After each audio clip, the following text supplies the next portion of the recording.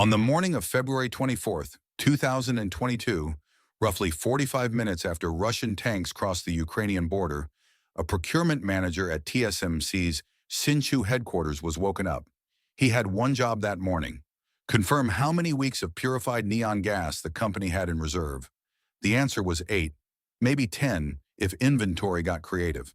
Every advanced chip in the world, every iPhone processor, every Nvidia GPU, every Intel CPU, every Samsung flash die, depends on a single, dull, invisible gas called neon. Nowhere else on the periodic table performs this job. There is no substitute. Roughly half of that neon, before February 2022, came from two factories in eastern Ukraine, one in Mariupol, one in Odessa, both attached to Soviet-era steelworks that had been quietly producing the world's most important industrial gas as a byproduct of pig iron production since the 1970s. By nightfall on the 24th, one of those factories was inside a Russian encirclement. Within 11 weeks, it would be rubble. The global semiconductor industry, valued at over $600 billion a year, was structurally dependent on two old Soviet steel plants in a country whose eastern border Russia had already annexed once, in 2014. Not one procurement executive in Silicon Valley, Taipei, or Seoul appears to have flagged this dependency in any board-level document before February 2022. The choke point had been in plain sight for 30 years. Nobody looked. Neon is the fifth most abundant gas in the atmosphere. Yet on Earth's surface, it is present at only 18 parts per million. To collect it in useful quantities, you must liquefy air, distill it cryogenically, and separate the neon fraction at -246 degrees Celsius. It is fantastically expensive to isolate. Almost nobody does. The reason the semiconductor industry cares, and cares desperately, is that neon is the working gas inside the excimer lasers that drive photolithography at the deep ultraviolet node. Every wafer passes through those lasers dozens or hundreds of times. Each pulse consumes gas that must be topped up from purified reserves. The purity requirement is extreme: 99.999% purity or better. Parts per million level contamination will destroy the laser's wavelength calibration. Very few facilities in the world can produce it. A single ASML Dove scanner will burn through roughly 200 liters of neon per week. Multiplied across the several thousand scanners in operation worldwide, annual global demand runs to roughly 650 tons per year. Before 2022, half of that number originated inside two facilities in Ukraine. The story starts with the Soviet Union's obsession with military-grade steel. Modern steelmaking requires vast quantities of atmospheric oxygen. Every integrated steel plant operates cryogenic air separation units that liquefy air and distill out the oxygen. The neon fraction of the atmosphere is produced as a byproduct of that same distillation. Two Soviet-era Ukrainian steel plants, the Azovstal and Ilyich works in Mariupol, and the Odessa steel complex on the Black Sea, hosted air separation units of exactly the necessary scale. In the 1970s, Soviet gas producers built specialized neon extraction infrastructure alongside them. After the collapse of the USSR, that infrastructure passed to Ukrainian ownership. Two private companies took it over: Ingas in Mariupol, Cryoin in Odessa. By the mid-2010s, together they supplied approximately 50% of the global market for semiconductor-grade neon. Their customer list included every major fab on Earth: TSMC, Samsung, Intel, SK Hynix, Micron, Global Foundries, SMIC. Their pricing was low. Their reliability was legendary. The industry paid the invoices and moved on. The single most critical input into every advanced chip on Earth was produced as a byproduct of two Cold War-era Soviet blast furnaces. In a country that shared a 2,000-kilometer border with a state that had already invaded it once and continued to occupy a fifth of its territory. At 4:50 in the morning, Kiev time, on February 24th, 2022, Russian President Vladimir Putin appeared on state television to announce a special military operation in Ukraine. Within minutes, Russian ballistic missiles began striking targets across the country.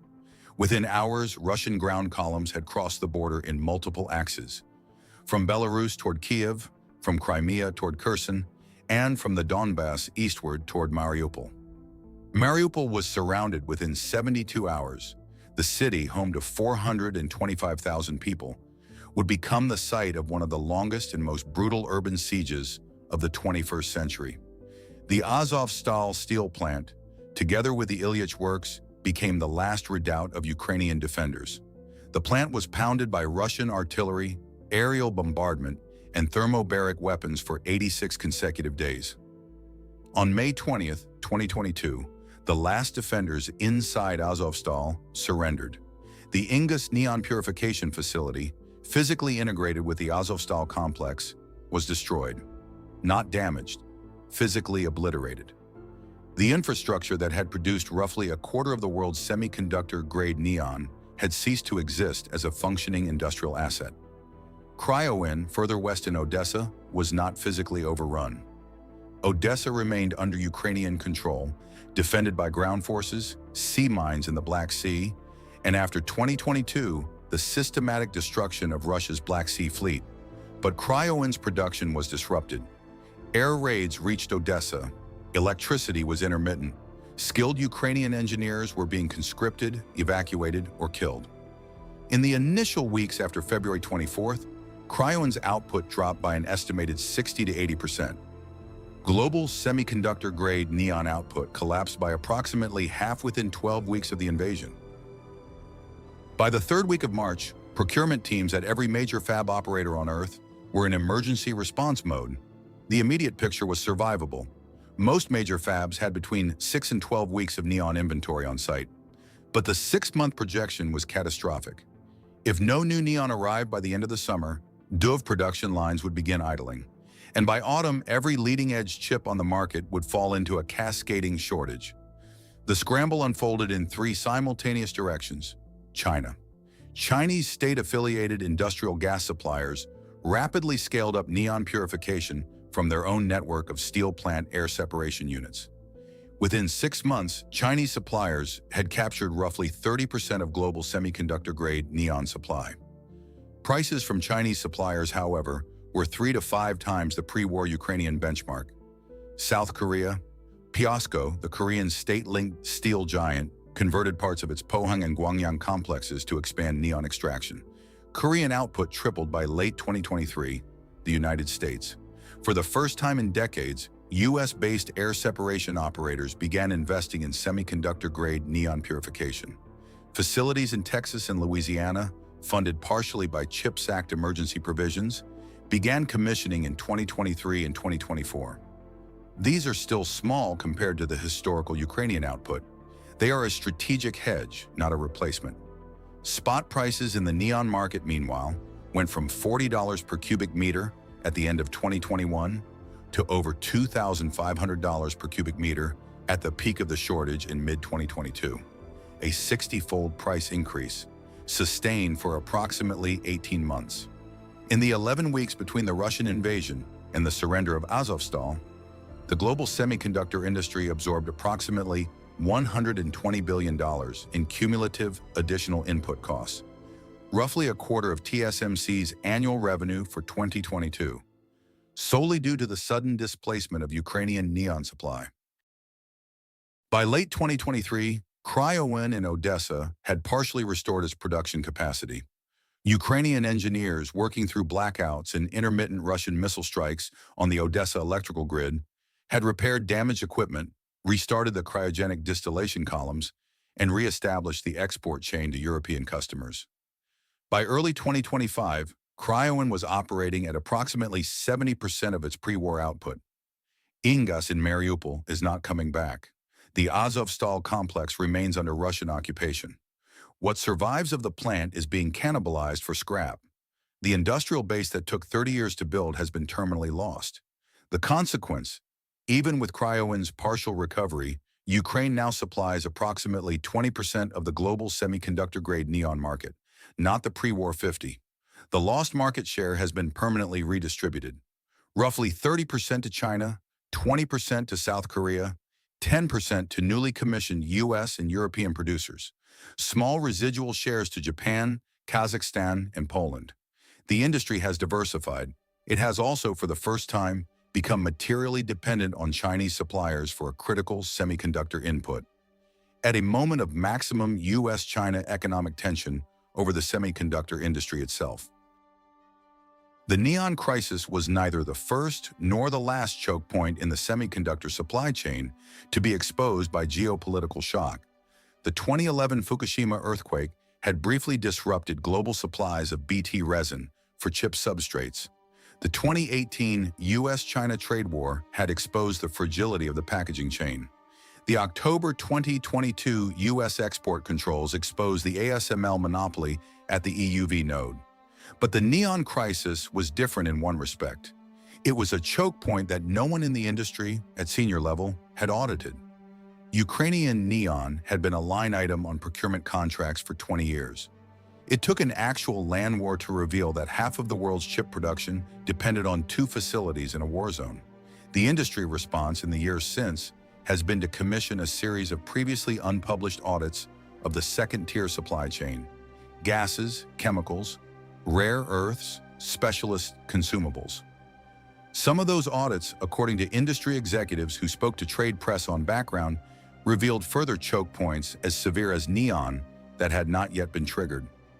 Which ones remains deliberately unpublished.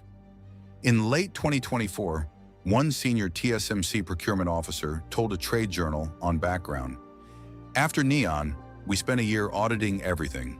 Then we stopped writing the reports down." Some choke points apparently are best not documented in writing. There is a photograph published in the aftermath of the Azovstal siege of a corner of the plant's air separation unit.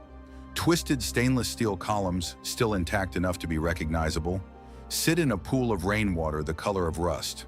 Behind them, a collapsed steel frame building. Above, an overcast Ukrainian sky. The camera does not tell you what the installation used to do. Almost no one looking at that photograph would identify it as the physical origin point of a quarter of the world's semiconductor-grade neon supply.